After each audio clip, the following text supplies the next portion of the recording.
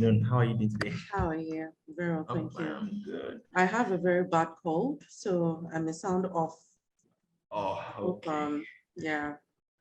You sound good. Sound good. No, Awesome. sound good. Sound good. Give me Welcome. like some seconds. I'll join you shortly. Okay, cool. Okay, so that's fine.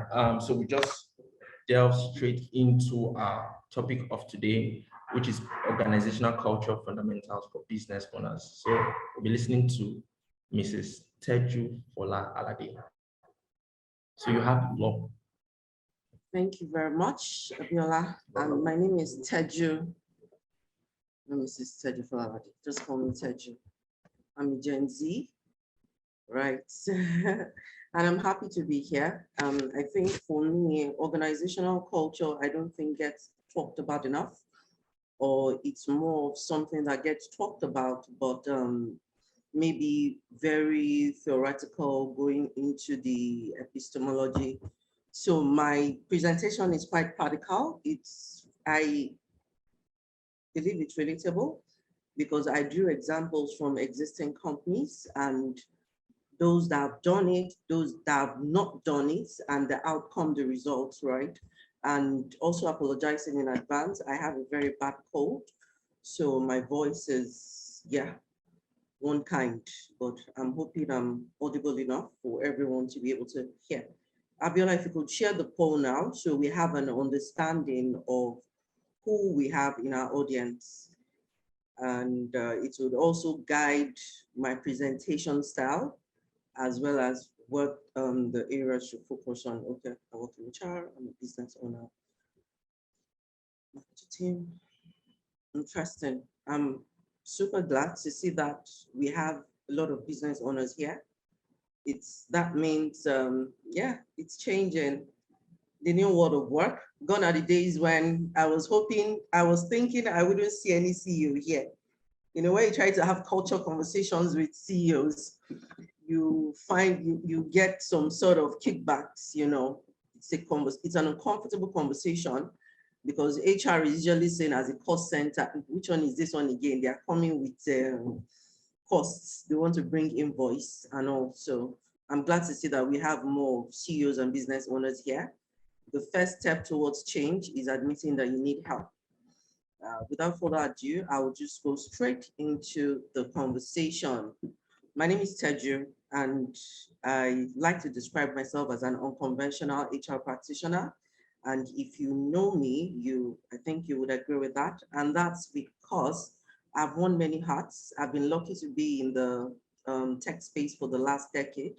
So I've been able to wear multiple hats, birth multiple skills, competencies, and that has also helped me approach people management from a different perspective.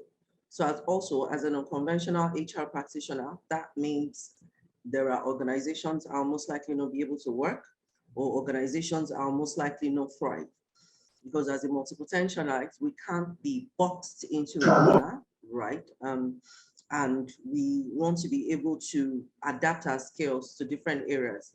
And I'm also a business-minded HR practitioner. So that means for every HR solutions I'm providing, I'm also looking at the end result for the business, and also very particular about the business sustainability.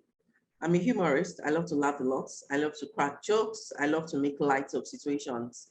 It's a double-edged sword because sometimes I tend to laugh in uncomfortable situations, right? And I'm a storyteller. I believe you can win wars by being, if you're a storyteller, you most likely get better results than people who probably don't know how to tell stories.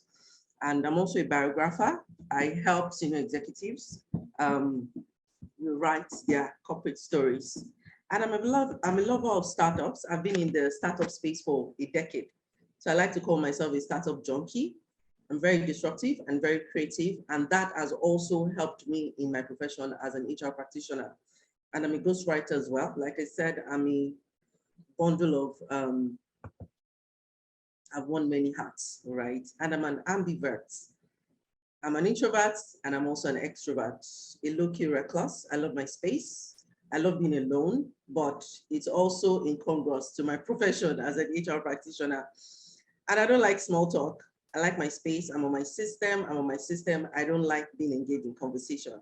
Like I said, I'm an unconventional HR practitioner. I also understand that this role allows me to, or would not permit me to hide in my own shell or be in my own world.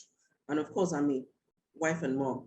Now, why am I sharing this? It's going to lend credence to a number of things I'm going to be talking about in organizational culture, because in the last 10 years, the workplace has changed. Even before the pandemic, right? Gone are the days when it was an employer's world, or the workplace was a static place that you go to. You have to get to the office to open your emails. You have to, right now it's mobile, it's flexible. And that is also affecting the behaviors of people. Once you go into the world of LinkedIn, you don't need anybody to tell you anything more than that the workplace is changing.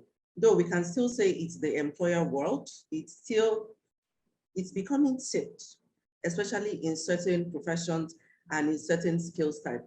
So for culture, when it has to do with organizational cultures, I think the problem is a lot of companies are still behaving as if the world isn't changing, right? They're not approaching it, looking at it from the angle that people are moving, people are requesting more from the organization. People are now aware, are now conscious, they are now making demands. So the people are changing, the workplace is changing, but some businesses are still operating like it's still Y2K, right? So that alone, once a business is not flexible or a business is not moving, I can give a number of examples of companies that refuse to move with the times, and right now they are stuck, or they are done, or they are gone, or they are down the drain. So a lot of factors influence the sustainability of business. And number one is not your strategy, it's not your process, it's a culture. One thing a lot of business owners do not understand or still struggle to identify with is, whether you like it or not, the minute you set up a company, an organization, whether remote, whether hybrid, whether on-site, culture is already happening. The minute you bring in more than one person, who is in your sister, who is in your husband, who is in your child, culture has begun to happen. So at that point, you can't postpone culture. You can't say, oh, we're going to set up organizational structure. Let's sort out this first seed funding. We're still looking for funds. Let's get this out of the way first. Don't worry, HR will come back to you. It doesn't matter what you do. The minute you decide to put your company up for business, culture is already happening. So whether you're planning it, whether you have a strategy for culture integration, whether you're thinking of business process engineering or whatever, your culture is already setting itself up. So as a business leader, you want to lead that, because culture is leadership. If you call me as a consultant, I want you to work on our culture. The minute you need to work on your culture, the problem started from you as a leader. So once you understand that as a business, that your culture is going to happen, is going to be formed, whether you are planning it or not, then you understand how important it is in the scheme of things. So it's not the perks you set up, it's not painful. I mean, those are nice to have. If I know that every Friday we have TGIF, or we're going to watch a movie, right? But that's not the culture of the business, because hidden or underneath is just like you sweeping something under the rug. Every day you're supposed to you throw the trash out, but you sweep it under the rug, you go to work, the next day you sweep, you do the same thing. After a while, what happens? One day you will trip on that particular rug because it's climbing, it's rising. So it's exactly the way it is with culture. It's not the perks are good, but if the foundation itself, which is the culture, you can't hide dirt for so long. It's just a matter of time, right? So culture is about how we behave, the things we accept, the things we tolerate. It's behavior in a sense of community. So when you launch a company, and maybe as a CEO, you start coming to meetings late, right? You start treating people with disrespect. Maybe people find out that you're using company money to buy fuel in your car, or you're using your debit card. You go to club, you use the company's card to pay. right? There's a company in Nigeria that gives its, I wouldn't mention the name, that it's an FMCG. It gives all its employees, its leaders, its units, like the group heads anyway, it gives them a debit card. So you have, let's say, 5 million every month to expend on operational stuff. If the policies guided the use of that debit card so strong that you cannot, even if you're stranded, like you're stranded at gunpoint, you dare not use that card to solve a personal problem. It's outright layoff. That's a culture. I heard about it when one of them came for an interview at the previous place of work. Those are some of the things he mentioned. Like, it doesn't matter where you could be. It doesn't matter how stranded, you try to use, you have 7 debit cards, but the company card, you have it too, and there's money there. It's not even for consideration. That's a culture. I used to work in a particular company where if you're rude to a customer, the telecoms, if you're rude to a customer and they listen to your call, you are going. It doesn't matter who you are.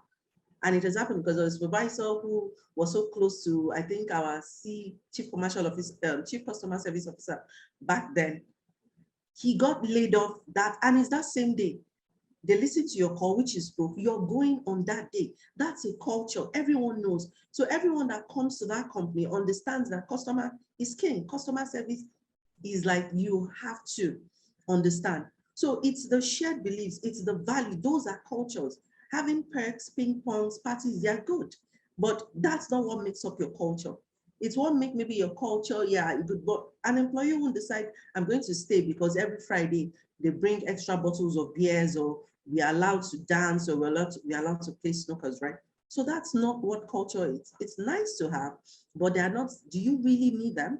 So there are some things that need to happen before you start thinking of those perks that can also sweeten the juice. I saw this on a friend's post and it made me laugh because I could totally relate with it.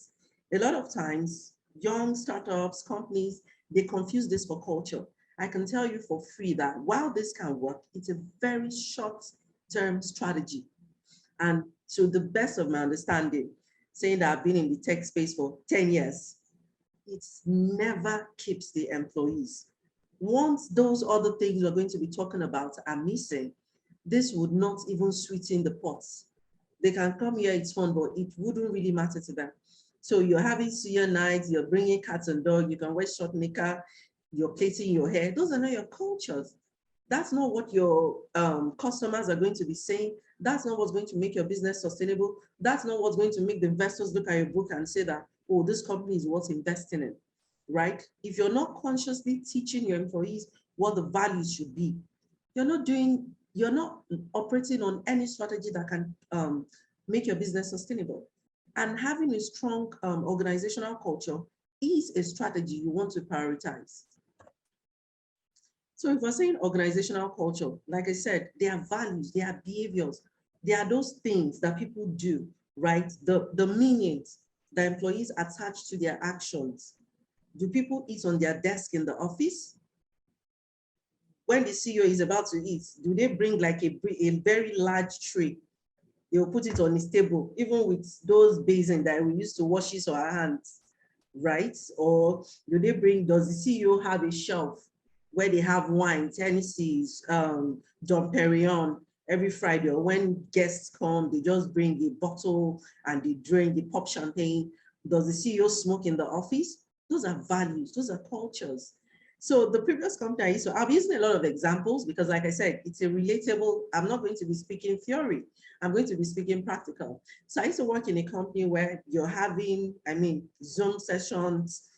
You don't have to turn on your videos. Nobody really needs to see you. Well, then, so you can do your presentation, the screen will be blank. It was fine. Before I left, I tried to make it a culture because I also understand that there's a place of discipline. It's easy for us to get carried away. Sometimes when we turn off our videos, it's because maybe we want to be multitasking, right? So I try to initiate that, but of course, change is not easy. So it wasn't successful, but at a point I started emulating the behavior I wanted people to, I started exhibiting the behavior I wanted people to emulate. So I would turn on my videos. After a while, some people started doing that. Of course, some didn't. So joining my new organization, the first leadership meeting we're going to have, I went back to my former company's behavior. My video was off. I was there, and truly I was working on other stuff. And immediately the other leaders started saying that, oh, it's Teju in the office. What's wrong? What's wrong with her screen? Can someone help her check? Because for them, it was weird that my video was not on. They thought my screen was bad. So I said, oh no, I now turned on the video. And after turning on the video, I started working. It wasn't acceptable. So I started getting chats that, oh, Teju, please, you need to face. I mean, imagine as a people and culture leader, it was funny. Being told how to behave on a Zoom call, it was embarrassing. The first 2 meetings went like that. I started getting comments, oh, Teju, you're moving, you're jittery. It was a proper culture, which I've now suddenly, less than a year, I've adapted to. Now, when I invite people for Zoom sessions, I ask them to turn on their videos. So my video is on, turn yours on. So it values are behaviors that people see as acceptable. They are things, and you can't teach values if you as a leader, you're not showing it, right? So how do you show the culture of your organization beyond just pasting it on your walls? It's how you conduct your business. It's how you treat your employees, your customers, your partners, and understand something as a business. If you're considering culture change management, that has to do with, okay, we want to redefine or want to overhaul our culture. You can't do that without going through some business process reengineering. For instance, you can have a culture where it's a norm for your employees to lie to your customers, right? Because let's say, for instance, you're delivering orders and your delivery timeline is, let's say, 3 days. But you know in your heart of hearts that you won't deliver in 5 days. So when the customer service person is responding to the, let's say, customer, and the customer says, when will I get my order? Maybe the employee will say 3 days, even though even the employee knows that, the customer service person knows that they are not getting this thing in less than 5 days. That's a business process. So there's no way you're going to change your organizational culture if you don't look at your business process. What are those processes that are not going to support employees being able to adapt to a new organizational culture you want to implement? So as an organization, if you're looking at changing or implementing a strong culture, it starts from the process, not just having handbooks, not just having documents that people talk about, right? So it's about how you do things, how you conduct, how people talk to customers on the phone. When the telecoms came to Nigeria, I will mention him, Airtel was #1 in customer service. And the people that worked in Airtel, I could pick them out when I attend interviews, even up till now. Oh, you went to Airtel, because they built a customer-centric culture, which everyone was able to adapt to after a while. Everything that would have to do with productivity, performance, interactions, it's all about the culture of the organization. How line managers talk to team members, how the CEO talks to during meetings. Once you set that up, I can assure you that a lot of people will be able to confirm. But like I said, it starts from you as a leader. You can't work on culture and maybe you hire a culture consultant, or you tell your HR, I want you to work on culture. You don't think it's going to touch you. It will touch you because it's going to start from you. Most people emulate what they see, right? So why is it necessary to work on an organizational culture? As a customer, I'm attracted to a great product or a service. This service was, in fact, right now, people are choosing service over product. But for products that maybe you're already loyal to, yes. But for a company, it's culture. Especially now in 2022, it's not more the money. Right now, if you're picking the average Gen Z or the millennial CV, it's really rare to see people with 5 years, 6 years in one company anymore. It's 2 years, 3 years. When you now find out, in fact, 1.5 years, when you now find out why they are leaving, the salary difference may not be up to 10 or even 15%. They are leaving because maybe the way the HR person spoke to them, or, okay, the next slide will address that. When potential hires are invited for a job interview, what do you think they do first? When they say, oh, you're invited for this interview, using myself as an example, if I get a job invite, the first thing I do, I'm going to the company's page on LinkedIn. I'm going to view the profile of their employees, right? Who are those people that they hired? We call them anchor, I call them anchor employees, right? There are companies that are very good with this strategy. Let's say, for instance, I want to hire a head of sales, or let me use another role. Let's say an engineering manager or a head of tech. You know, there are some people that won't join your company if some people are not there. I know some employees that say, well, I joined this company because this person works there. So that's organizational, that's culture. Culture invariably affects the kind of people you bring on board to your team to join you. So when people are looking for jobs and they get invited for interviews, the first thing, they're going to your company's page on LinkedIn, not even website anymore. They want to check out the profile. Who are the people you're hiring? Are you hiring anybody? Anybody just coming in? Is whoever accepts our offer. It's always obvious when you go on LinkedIn, right? And they're checking out their potential line managers. And trust me, you know body stalks as much as someone that is joining a new company. They're stalking you everywhere. They are visiting Glassdoor, Nairaland. They are reading reviews about your organization, good and bad. Not even with this toxic work hashtag. They're going to check on Twitter, on IG. They want to see what you are doing. They will stalk you. That's organizational culture. You have to be deliberate about that, right? These are just quotes I got from different sites. You've heard this, even though I hate that statement now. Culture will eat strategy for breakfast, lunch, and dinner every day. Every day. Culture, there's no strategy. Your strategy is dead. If your culture, I can list a lot of companies, a lot. If you're familiar with Southwestern Airlines, there was a time in the 1990s when there was fuel hike and they almost went bankrupt. The employees volunteered to have their salaries cut. Like, imagine that happening, like the CEO saying that we're in trouble. And the employees say, you know what, to tie things over, let us reduce our salaries, right? So you think strategy would have saved them then? No strategy, because there's no strategy they wouldn't have tried, right? Culture provides resilience in tough times and it's more efficient than strategy. Still applies to Southwestern Airlines. Right now, they've won like a lot of awards, 24th year. They keep getting mentioned in Fortune magazines. Culture and strategy, you can't plan strategy. A lot of times we set up strategy retreat sessions, and during those strategy retreat sessions, you know what happens now? For those that attend, a lot of bashing, insults, people are scared, presentation. That's culture and strategy not intersecting. The business not understanding that people need to feel safe for them to be able to perform. People are always loyal to culture, not strategy. A place where people feel respected, where they feel that they can be heard, where they feel that the business leader, the business strategy, the culture aligns with exactly their own career, personal development. They don't feel that they are just working. The relationship is not transactional, right? Culture is more efficient than strategy. Your company's culture or your company's brand, they are the same thing. The same thing. They are not different. You're not working on, you don't tell your marketing to focus on a brand and you think that your culture is different. That's why when you're thinking of building an intentional work culture, you need your marketing team. They need to buy into it. The marketing team should not think that they are doing HR a favor, right? And culture will always trump competition, right? People will try to, I'm going to use Zappos. Zappos is like my favorite company, online business. I've been like stalking them for years.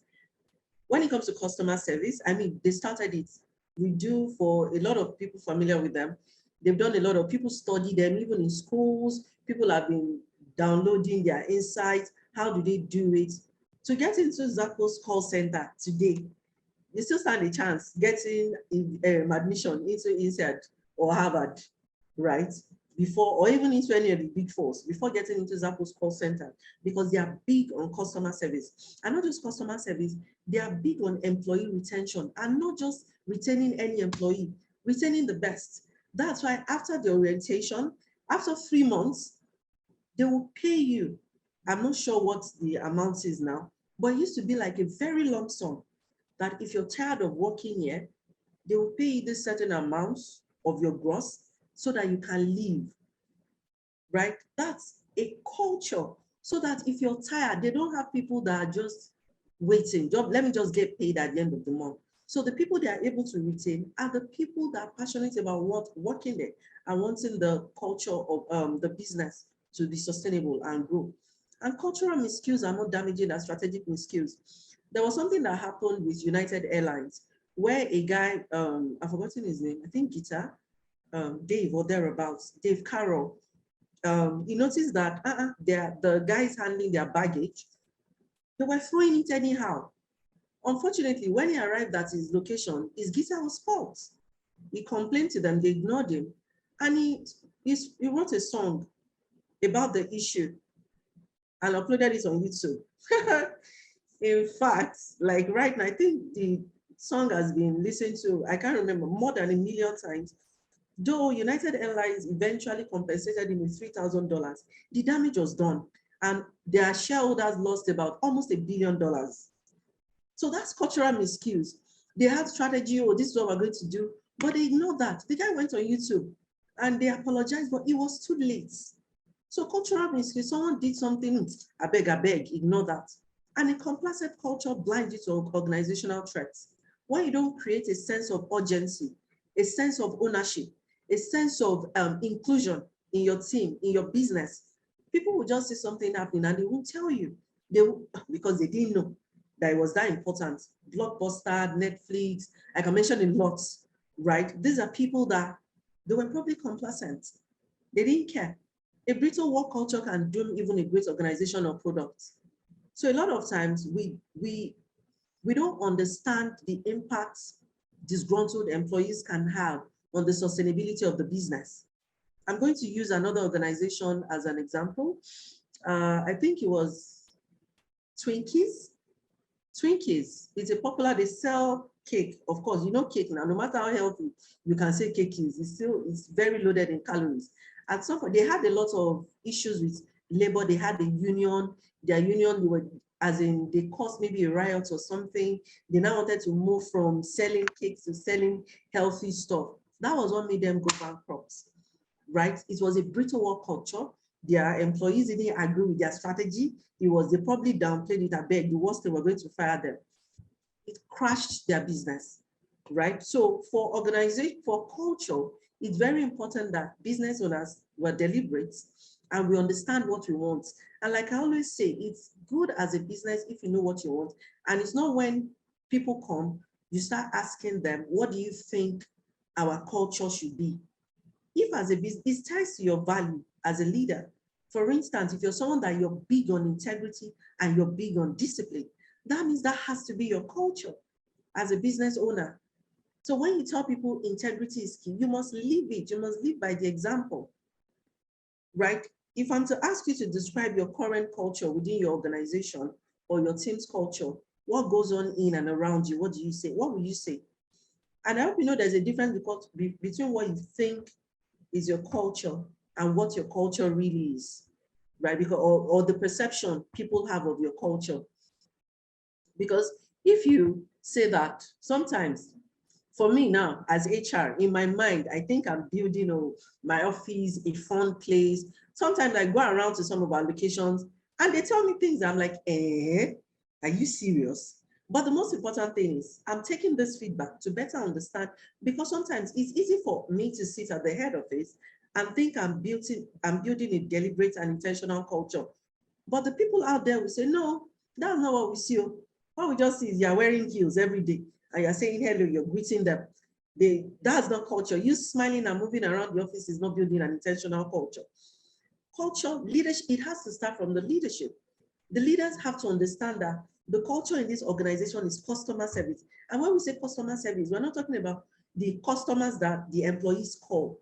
Your customer service means you have to show and extend that customer service to the internal team. Because the minute they see that a customer comes in, welcome, how wonderful to see you. And when the customer walks out, you've boned your face again. And the way you're talking to employees, you are using a different voice they didn't even know you had. Like your voice was sonorous when it was the customers on the phone. Thank you so much. We value your order. We're so grateful. And you drop the call and you look at the employees and they don't even know whether it's a lady that is talking or a guy itself because your voice has changed, right? So what types of behaviors, good and bad, do you see? You might think that there are some cues that we can miss even as leaders. Sometimes we think it's okay, but it's not. For instance, I used an instance where does the CEO, when it comes, well, as HR, many times we have time and attendance policy. We tell people that make sure you come in. Anybody that is not here by 8 a.m., we're going to give you a query. Sometimes, even as some leaders will send that kind of information from their house. They're not in the office yet, but they're saying that make sure you give someone a query. But imagine a scenario. I'm going to use another example. When I used to work in an e-commerce company, I was a customer experience supervisor. It wasn't my job to pick calls. I had team members that were doing that. But anytime I come in the morning, the first thing I do, because the orders are usually much in the morning, I pick up calls, and I discovered that made the team members very, very passionate. Like if Teju, the supervisor is speaking, if your supervisor is speaking calls, what's your excuse? I've always been one to get to the office early. I don't know how to tell people come to work early. And I try to exhibit characters I want people, so that by the time I'm now giving you maybe a query or trying to challenge what you're doing, I'm using myself as an example. I'm not saying open handbook, open page 45. What is there? What's written there? If I'm sitting here, I'm speaking with you I come with clean hands. That's your leader. I'm coming to the office early. Using another example, I used to work for a CEO. It was really ridiculous because I was an executive assistant and he'll be getting to the office before me. I didn't see it as anything. Sometimes the things we do as innocent people, I would get to the office really late. He gets in like past 7. I might say that maybe me, I'm driving and he has a driver, but does it really matter? You're working as an executive assistant, you chose that profession. So that means that you should know how to behave. He won't say anything. I still did not learn. The day he spoke to me, I cried but that was the last time. So as it is, we need to exhibit the behaviors that we want people to emulate, and they will learn faster, right? It's easier to catch, how do they say it? Is it bees with honey rather than vinegar? I don't know what that phrase is anymore. So this is just a culture exercise we can have. What are the elements of your work culture that you would like to keep? Whether as a business owner, what are those ones you want to eliminate? What are those ones that you want to add? As a business owner, you also need to understand that you can't reward brilliant jerks, right? Sometimes it's very common in Nigeria, so especially in sales, you see someone who is very toxic to the system, a bulldozer, like anything on their way, they clear. But this person is bringing in results, like they are delivering. In fact, that's the reason your business is sustainable. Then you need to you can't have customer service, you can't have respect as part of your core values. And someone is proudly going against that, but you're rewarding them. So you need to be sincere with yourself. It's okay as a business. If you don't want integrity, you don't want integrity, remove it from your core values. Own it with your chest. We don't sell integrity here or self-respect. There are companies like that. Discipline, we don't have it. What we want to make our shareholders happy. We will deliver your order to you on time. How you get it is not our problem. Whether our dispatch rider shouts on you, the most important thing is you want to order this now, we'll get it to you in 5 minutes. There are some businesses like that. You can be sincere to yourself. But whatever culture you're building, whatever deliberate or intentional culture you're trying to build, you need to understand that you have to be clear and intentional about what you're going to do. So moving to the culture fundamentals, like I mentioned earlier, your culture will provide better discipline than when you give someone a query and you give them a written warning. Culture is what guides people. In fact, culture, when I shared my profile at the beginning, any CEO that picks up my CV, in fact, between 2017 and now, the kind of CEOs that have been reaching out to me and people operations, people leaders, they work in industries I would love to, they work in companies I would love to work because my CV is very clear. on the kind of person I am. You meet me, if it's on LinkedIn, if it's on Instagram, my profile will tell you who you're getting as an HR leader. It's very clear on what I'm bringing to the table, on the kind of companies I'm going to work. If you're looking for an HR practitioner that is most likely going to be an FYI, it's not me. If you're looking for an HR person that will probably be arguing with you and telling you that, giving you query even as a CEO, then it's me. So depending on the kind of CEO that you are, then you understand who you want to, that is culture. Your culture will help your employees become more disciplined. If it's very clear that your culture is customer-centric, your employees will be customer-centric. And it's not just pasting it, doing a frame, or having it on the handbook, or talking about it during orientation. It's living it, people seeing it, people seeing that people who don't display that customer-centric attitude are let go. That's what defines your culture. That's what helps you. What makes up a great culture? Very defined and practiced value. I underline that practiced so that it's clear. It's not like you have it in different sections, the jotters, the handbook on the wall, you talk about it once a while, and no, clearly defined and practiced, starting from leadership.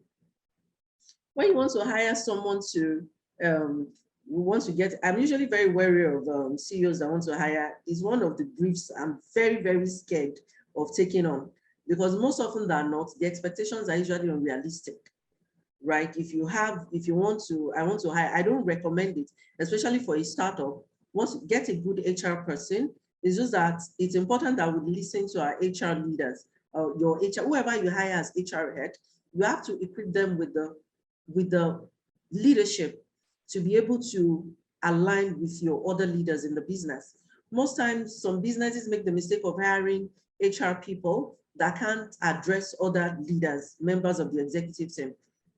The role of HR transcends job titles. So whoever you have at the helm of affairs in your HR unit must be able to relate, like must be able to talk, must be able to challenge your leaders. Because most times when you have HR and you've not equipped them with the right power to manage up, that's when you have a problem. They see other leaders misbehaving, they can't handle it. Maybe most times they have to ask people, or they find a way, or they will now be pacifying the employee, the aggrieved employee, that, sorry, this company. No, you need to understand that your HR team has to be equipped, has to understand that your role allows you. Don't look at your title, that because you are HR manager and this person is director, no, some things, that you are building a culture, an autocratic culture. Your HR should transcend any autocratic leadership style, right? You need to have a clear mission and purpose, and that has to be clear. This is what we're going to do. Keyed into vision. The reason I didn't say vision, keyed into. If you have people, let's say for instance, you're saying that in 3 years' time, you want to go profitable, and your sales team, they are saying, where is this one coming from? Where do you want to see the money? Or every day you're getting reasons from your team members why they don't believe that you're going to go profitable. They are not buying into your vision. You don't want those people in your business. You need people. That's why it's important as HR leaders and as business owners, you're involved in your recruitment exercise. Don't get to meet the person maybe 2 weeks or after the orientation, or they don't even see you until maybe meeting time. You want to know who comes into you, at least until you get to that matured stage where you don't have to be involved. But at the early stage where you're still less than 100, how busy can you be? Meet with them, because sometimes as CEOs, the truth is you will know the people that you want. Sometimes even as HR, we may not understand. I've had cases where the CEO will tell me, there's something about this guy. I don't want this person. And me, I will say, the CV, fantastic. We spoke to him, wonderful. But you're saying something because you have clearly defined values. You have a clear mission and purpose. And you've seen it in this person. This person does not look like. So sometimes you need to be present. You see the person, you weigh them, you tell them what you're trying to achieve. And from what they say, how they speak, you understand that this person buys into a vision. Great leadership, very key. That should have come up actually. It starts from the leader. It starts from what you do. It starts from how you're perceived. People tend to emulate, it's called the mirror effect. I walk into a company every day and I see my CEO There was a time in my previous company, I was always on heels, always on heels. After a while, I noticed that a lot of ladies started putting on heels. It's the mirror effect. People tend to do what emulates what they like or what they see or what they think to be acceptable. I was wearing heels and she's working for this person. People start wearing heels, right? And very importantly, the right talents. You need to hire the right people.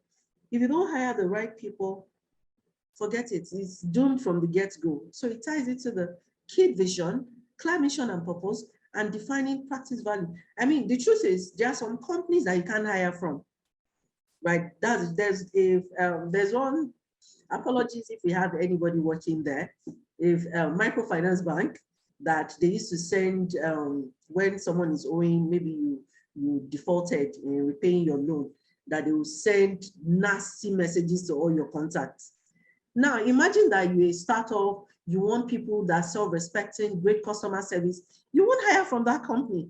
You want to hire from, you're most likely you want to take from companies that have invested in customer service. So you want to hire the right talent, means poaching from the right industry, from the right company, looking for the right skills. And like I always say, I also encourage business owners to have what I call the job previews, particularly for mid to senior roles. I love job previews because you know what? It helps you and the person you're hiring, we know go agree, right? Job previews is, you could have, for some is a day, for some is 2, for some is a week. You could choose anyone you want. You could have, so the job preview, the person comes in, they could spend 4 hours, 3 hours. So they come around, they see, they could meet different team members, they meet you. At the end of the job preview exercise, they could do a presentation or they could just share their recommendations, their feedback.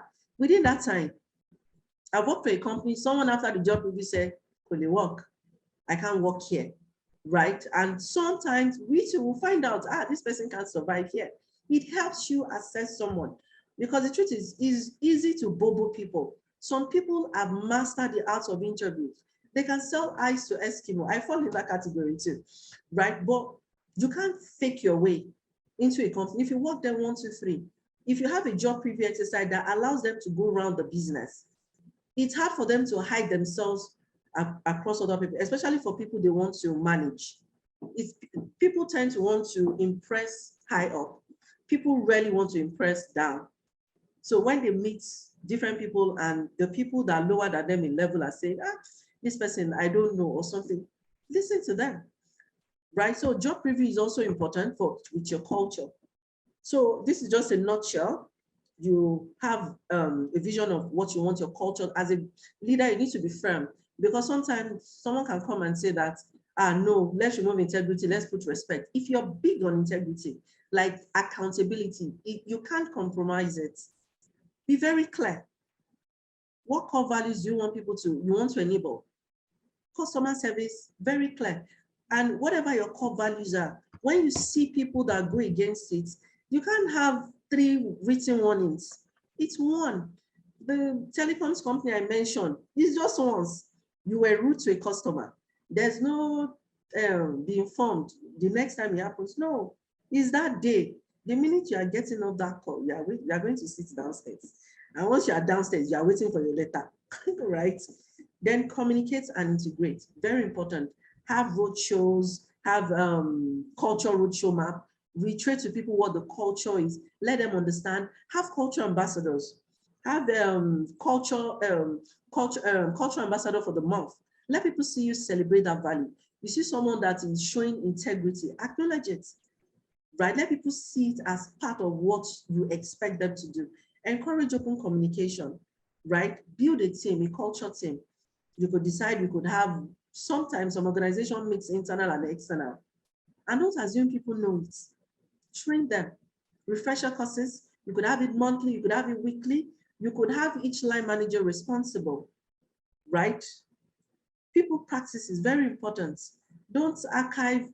It's not every time that policies, you need to refer to policies. Your policies has to be clear. It's business process. I call it business process re-engineering, right? You want to focus on culture or you want to work on your culture. You can't do it outside your business process. What's the playbook for each department? What's the standards of procedure? How are things done in this department? Because the truth is there are some processes that will allow you to compromise your values. Like I said, customer service, higher on culture fit. Right now, some people are trying to say, how do you assess culture fit? You can assess culture fit. That's the job preview I mentioned earlier. Then encourage accountability. And as a leader, please leave the culture. It's you. If you have a failed culture, it's not HR. HR is not responsible in any way for ensuring a successful culture. HR can track, HR can encourage, HR can be in charge of, let's say, driving it. But it starts from your leaders, the people you hire. If you have a toxic leadership team, the culture can be different. Even if HR is like Yewande Sadiko. For those who know Yewande Sadiko, she's very strong level of integrity. It doesn't matter because the culture, the leadership is already tainted. So it's you, it's not HR. And I see some business owners, they will hire a culture and external culture experts without letting the HR know, as if I don't want HR can do it. Your culture experts won't succeed because whatever they can do, they will give you a template. After a while, once their consulting money expires, it's over. You are back to the toxic culture. You need to fix, once you know, oh, guys, we want to focus on, we want people to be getting it by 8 a.m. That means you have to get it by 8 a.m. We want people not to use the word, the FUCK word, not to be using the bullshit word. But during meetings, the way the words fly around from your line managers or that kind of stuff, oh guys, when you come for meetings, we want you to turn on your videos, but when you're in meetings, your videos are off. You have to live the culture for your people to be able to emulate that. The core values of our organization is the foundation. And what's the foundation of the business? The leaders. The leader, the person leading, the person managing the team, right? They are constant. You can't have integrity Q1. By Q2, you remove this, you put respect. After you had removed, there's a particular telecoms company that did that. Remember when MTN started? I'm so sorry if there's any MTN person here. You know, when they started, I think it was, what was that their first tagline? MTN, your best connection. Thank you. That was their first tagline, your best connection. I think after that, maybe Airtel came on, people started complaining, rubbish network. Then I think it became MTN, your better connection. Then another telecoms, another telco joined. And of course, if we're MTN, your bills are too high. I beg, they didn't stress themselves again. You know what they did? They changed it to everywhere you go. You can't deny that MTN is everywhere. What did they do? They fitted it to what they could offer. They saw that that best connection, it was debatable. And it was being debated that you guys forget it. Who told you that? Trash. And so they changed it to what you can't argue. MTN is everywhere, right? They are not, our core values are not job descriptions. They are the values you want your people to live by. It will define how we work as people. It will define the practices we do. When I come in every morning, how I talk to people, how I give performance feedback. Some people's performance feedback is as if they are going into hell. You are having your strategy retreat session, people are already developing blood pressure because they know that it's work. Some people know they are not living that there with a job, right? So those are cultures that you are unconsciously building. So the action plans, have your core values, your mission, and once you have that, let that be a core KPI for your HR. And the only way HR can drive these things is for you to equip HR with power. It's not the job title.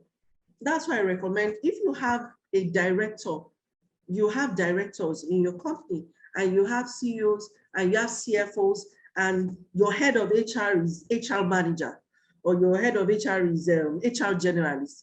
There's no way, power is tipped. So if you have directors, you want to hire HR directors. If you have CFOs, you want to hire CHRO. Someone has to meet madness with madness. I'm just joking. I'm just saying that you need to make sure that your HR is equipped to manage the leaders you have in your office. But the minute your HR is perceived to be lower, that's when you see that some leaders will feel that they are not answerable to that person, and the only person that can correct them is the CEO, right? And you find out that, HR struggles to manage such people. Have a cultural roadmap show where you have your leaders take this culture training. right? And continually reinforce and showcase these values. Once in a while, reward those who show it well, update job descriptions. For those who are familiar with the job descriptions I used to send out at some point, it was very clear. When you see, if you have an understanding of the kind of culture you're coming into, right? What are the things we hold here? What are the values of the business and behavioral expectations? Once you're able to do that, it's even proof for you, even for legal compliance purposes, that once you come in, I've told you integrity is key to me. If I find out you're lying, you are going, right? And implement a culture reward and recognition program where you reward people who emulate and define the culture. You can even create job descriptions around that person, right? And conduct employee survey so you can get the pulse. Sometimes your perception of what your culture is, you think because you are not lying, others are not lying, right? So what do you think our culture is? People will tell you, like a former CEO used to tell me, Teju, whatever strategy, whatever employee initiatives you're planning, plan from out to in. Most times as HR, we get carried away and we plan from in to out. But you plan from out, looking at the people out there, particularly if you have frontline staff. What are the things that you feel will benefit them more, right? Especially if you have frontline or you work in different organizations or different subsidiaries. Plan from out to in. It helps you. It helps you appreciate feedback, and it helps you understand that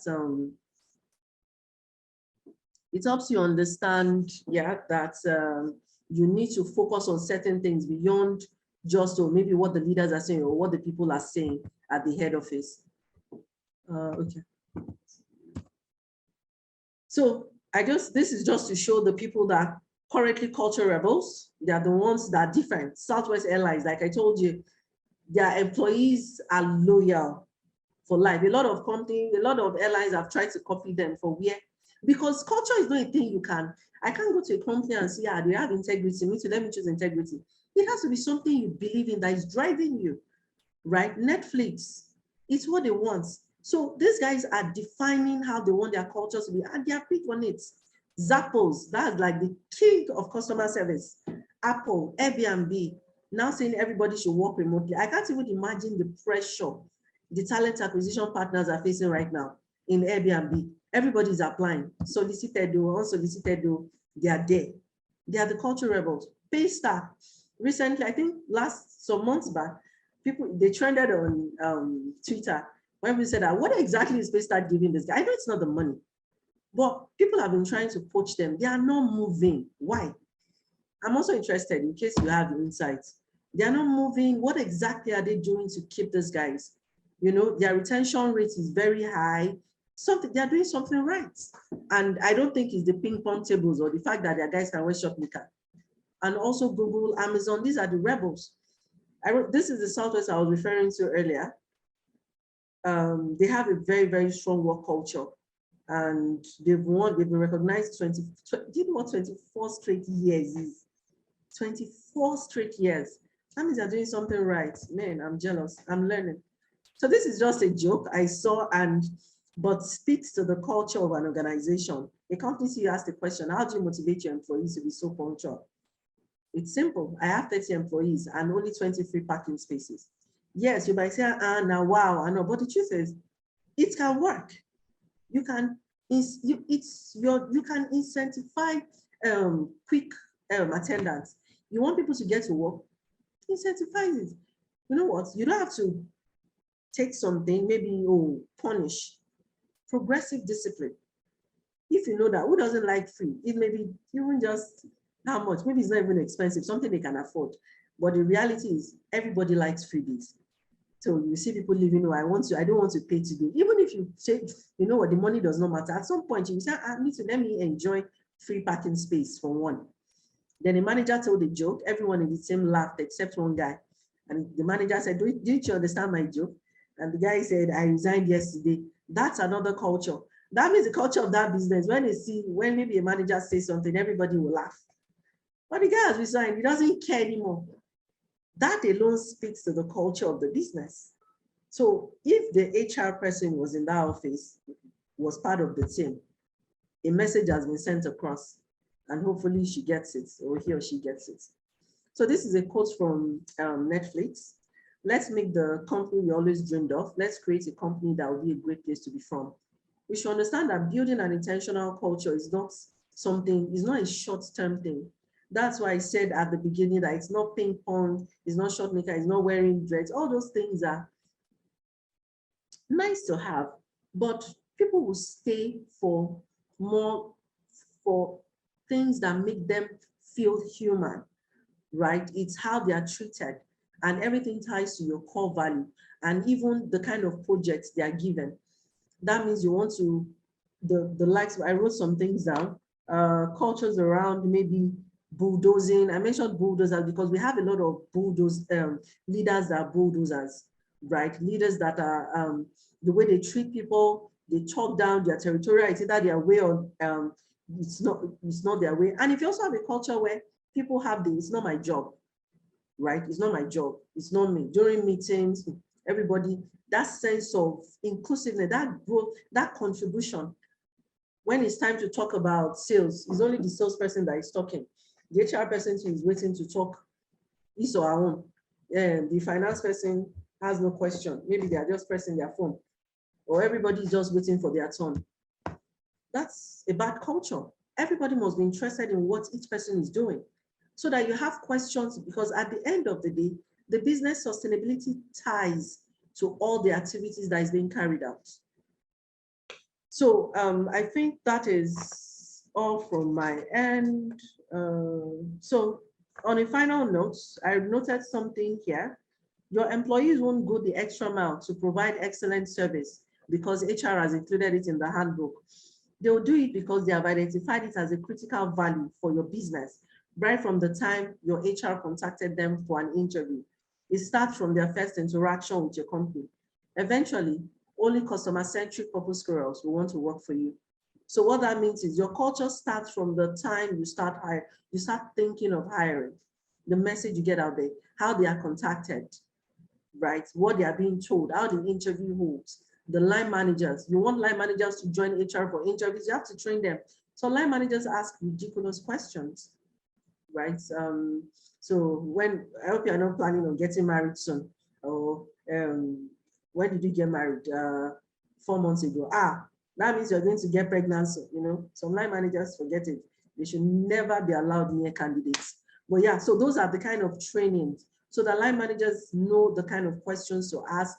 And even as HR, the way you talk to candidates will tell the line managers how they also need to address the candidates.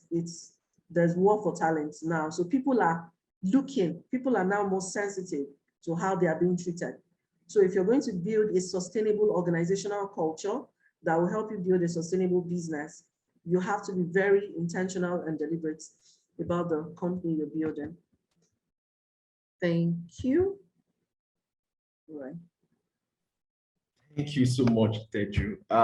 If I could unmute everyone, I would, but we can just, in the chat box, show by the clap emoji appreciation for what Teju has just done this afternoon into the evening. Yes. If we can say this morning is like a mini master class on organizational culture. Thank you so much. Of course, we have questions. Questions are like, we want to ask questions. So please, let's put our questions in the chat box. There's one I saw called why you were giving a presentation from Tolu Ajayi. So the question is, what roles does leadership coaching play in culture innovation? What roles does leadership coaching play? In fact, it's so key to, when you're thinking culture innovation, that's where you're starting from. In fact, for any good culture integration strategy, that's the first step. Either cultural reengineering within an existing business, either through merger, either through acquisition. It starts from leadership. Imagine, in fact, for a lot of global organizations, when, let's say, a company merges or there's acquisition, there's intentional renovation, right? They invest massively in leadership coaching. Because imagine, like I mentioned, the example I used before was very perfect. Imagine me coming from this microfinance where I've been told that these guys are criminal. You must catch them like criminals. I'm coming, my behavior will be very aggressive and crass. Then a company like, what company can I use? Let me even use Netflix, wants to hire me. That's a culture clash where I have to talk to people kindly, where maybe you want to have performance review, or working in a company where performance review is like they are judging, like Judgment Day. You've just done rubbish. The last 3 months has been nonsense. Then I'm working in a company where I'm told that if you're giving performance feedback, do it like a sandwich, you thank them for what they've done. It doesn't matter how bad, then this is what you do.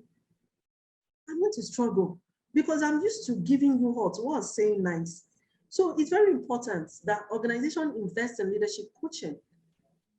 If it's, you've noticed that for someone like, let's say for someone like me now, they've noticed that during leadership meetings, I'm always arguing with all the leaders, which is sometimes can be true, especially as HR.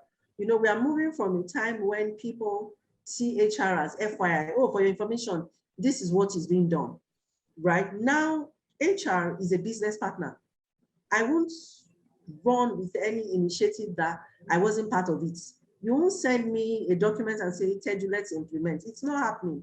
So most times it's important that leaders understand maybe how to manage their emotions.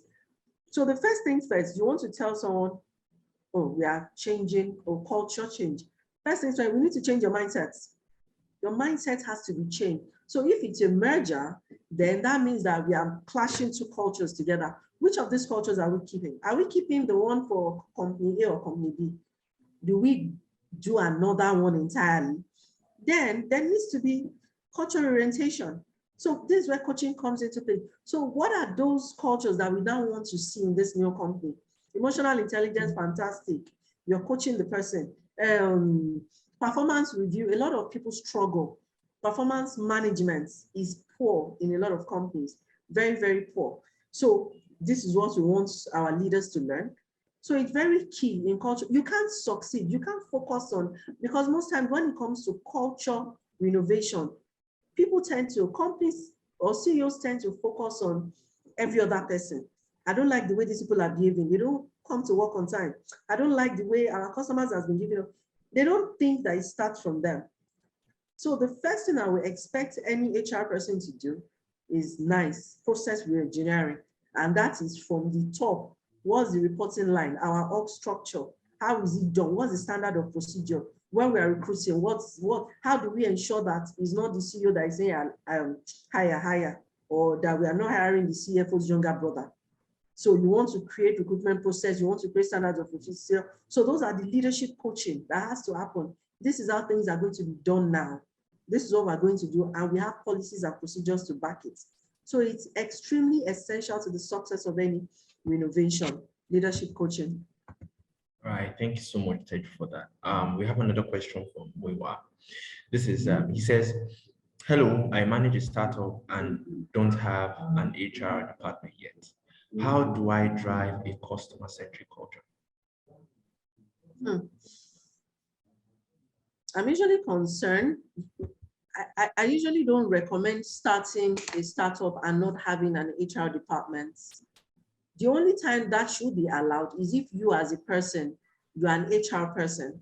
For instance, if I run a business, I'm an HR person. I don't need an HR, except I want someone that will now manage the operational aspect. Well, I know what I want. I know what is, in terms of compliance, in terms of operations, performance management, I'm skilled in that area. So it's acceptable for me not to have an HR department, because me, myself, I am HR. But for a business that is starting and you're bringing more than one person, someone outside of you together, you need to hire someone that maybe not an expert in HR, but understand HR. Because the truth is, you can't run a business and run HR. People don't understand how difficult and tedious HR is until those HR things are not being done. You need HR. So it could be a junior person, like I tell every startup that reach out to me, you can now combine that role, right? Or maybe you want to hire an admin, an HR person, or you want to hire a facilitator, an HR person for a start, but someone has to be managing it. Then you can have occasional, you don't need to have a frame yet around the office, right? It's in the way you talk to them. It's in the way you talk to customers. It's in the training you give to them. When you keep hammering, I mean, the telecom I spoke about, we spent 2 weeks training on customer service. Every day you go back, they're retracing customer service to me. Customer service, customer service, customer service, customer is everywhere in the call center. Customer service is that, customer service is. So it was very clear that it's a customer-centric culture. So you can also do the same. I would recommend you get someone. It could be an intern. There are a lot of HR people trying to get into the HR industry. You could get interns, you could get people that have taken courses that understand, and you can also get someone to intern with. Maybe you have an HR person, or you can get a consultant who will be on retainership. But driving a customer-centric culture is just behavior. The way you talk to your staff, the way they talk to customers. You could come up with maybe a template, an infographic on how scripts on how they talk to other people, feedback, open communication, because part of customer centricity is having open communication. Because if you don't have open communication, you're most likely going to build a complacency culture and a brittle work culture where people don't talk about what is wrong with them or what they are saying. Not them sabi. Because I'm just imagining during the days of Blockbuster and Netflix, was it that their staff did not tell them, or they didn't know, or they told them, or they didn't hear? Whatever would have happened, complacency culture would have contributed to that. So what's important is, if you're not skilled in HR, you need to get someone that can help you monitor that aspect of your business. Trust me, you can't be a business owner and you can't manage HR, except the company itself is an HR company. Those are two demanding and draining abilities. All right, thank you very much, Teju. I believe Muiwa got the response he needs. And we take this question, hopefully our last for today, as we have spent time. It says, please, can you expand more on job previews for 360-degree assessment? Okay. So for job previews, it's basically having your potential hire come into the company to spend some days, right? To spend a day, two, depends on what you want. Some a week, some is just 3 days. So the idea is for them to come, meet with the key leaders, meet with the team they're going to be working with, and probably it's like a mini orientation, like mini onboarding. This is what you're doing. They look at the environment, the ambience, right? They see the way they sit in for maybe 1 or 2 meetings or presentations. And after the whole entire activities, they have like a presentation session. For some companies, they'll tell you to come up with a presentation. Some companies, maybe that they have different locations, they can tell you to visit those locations. And some companies will pay you, right? Some don't, because it's also, you're both assessing yourselves. Some companies will pay you for those days you work and all that. And so it's not like you're working or they're giving you tasks. You are just sitting in like a consultant and you're looking at things and you're talking to people. They're also talking to you. And at that point in time, you're going to decide whether you want to work in that company or you don't want to. You see a lot. Sometimes it's the ambience. Imagine working for a very beautiful office. Your office is fantastic. You know, the environment is cool and you're going to work for another company. Don't you want to see that company before you join? Because sometimes, especially in this online interview era, imagine going to a company that before you enter, you have to bang the gates like 7 times before someone will come out. Who is that? Or you don't, you know, your own company. Let me use Molina Towers. You used to work in Molina Towers. You come in, you use your key card, right? Very beautiful office. And suddenly you're going to one company that your gates, when people know, is like even a code. Once you are opening that gate, the way it will sound, everybody will hear from the 5th floor. So those are the things that the job review helps you assess. But and you too as a company, you also want to know you can work with this person.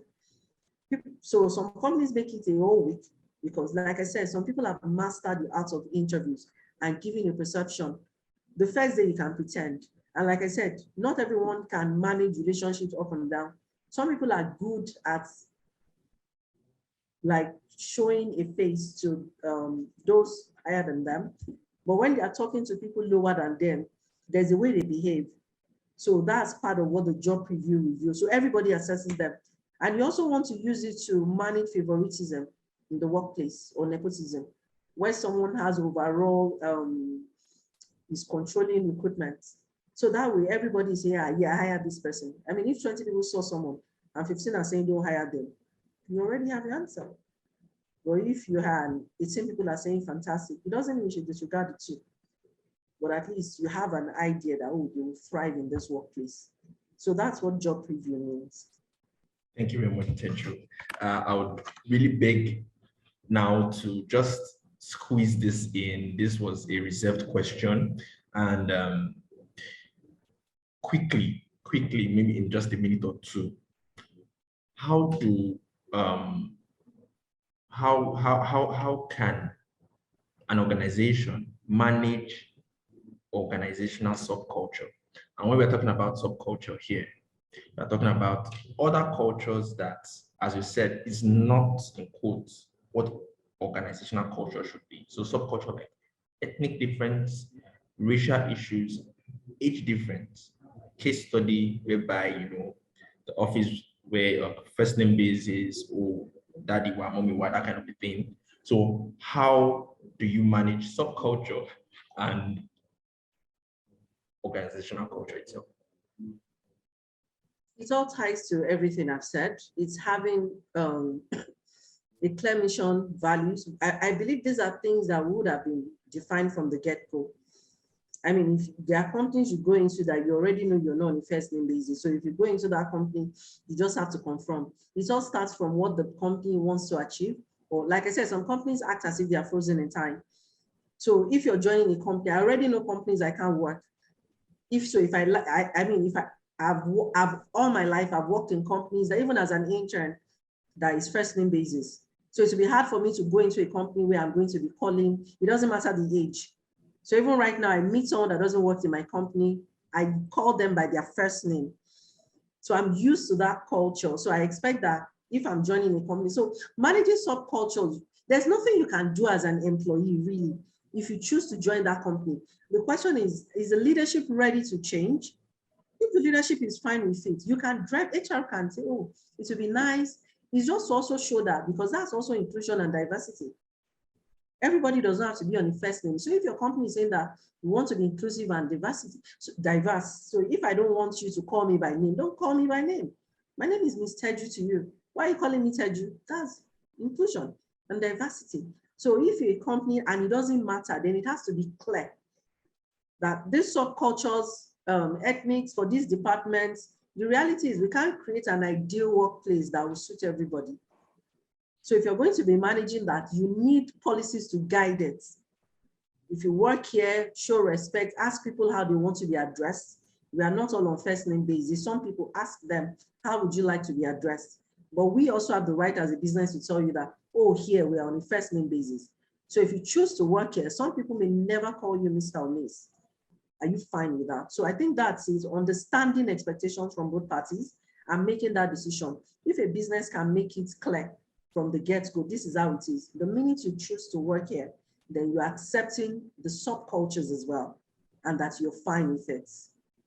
Okay, thank you very much. So all in all, we can say we gathered this evening around a puddle of mud, and Teju just struck the pool with her rod and we have splash on our body. That is, we are going home, we're going back with various lessons and things we can work on, improve on, relearn, unlearn, and that's very interesting. Thank you so much. So this is how we come to the end of this month's webinar. As I said earlier on, this is powered by BizEdge, and BizEdge is all-in-one business management tool. We launched last year in November, and we do this every month where we bring professionals to discuss business-related matters and management in general. So please feel free to go to our website to check the app out, www.bizedgeapp.com. And we're also social on Instagram, bizedgeapp.com, Bizedgeapp rather, on Twitter, and also on LinkedIn. And of course, I know we want to connect with Teju. So at this junction, Teju, how do our listeners connect with you? Okay, I'm on Instagram at Teju, and my email is Teju at, okay, let me just give, I'll put that in the chat box. Yeah, I'm available on Instagram. You can DM me. I said I'm a playful person. I'm a little serious, but I'm very playful. Okay. Yeah. Thank you to everyone who joined. All right. So we'll do well to flood you, and we hope you accommodate us. Thank you very much again coming on the Edge Live this month. So till we come again your way next month, let's all remain blessed. Thank you so much.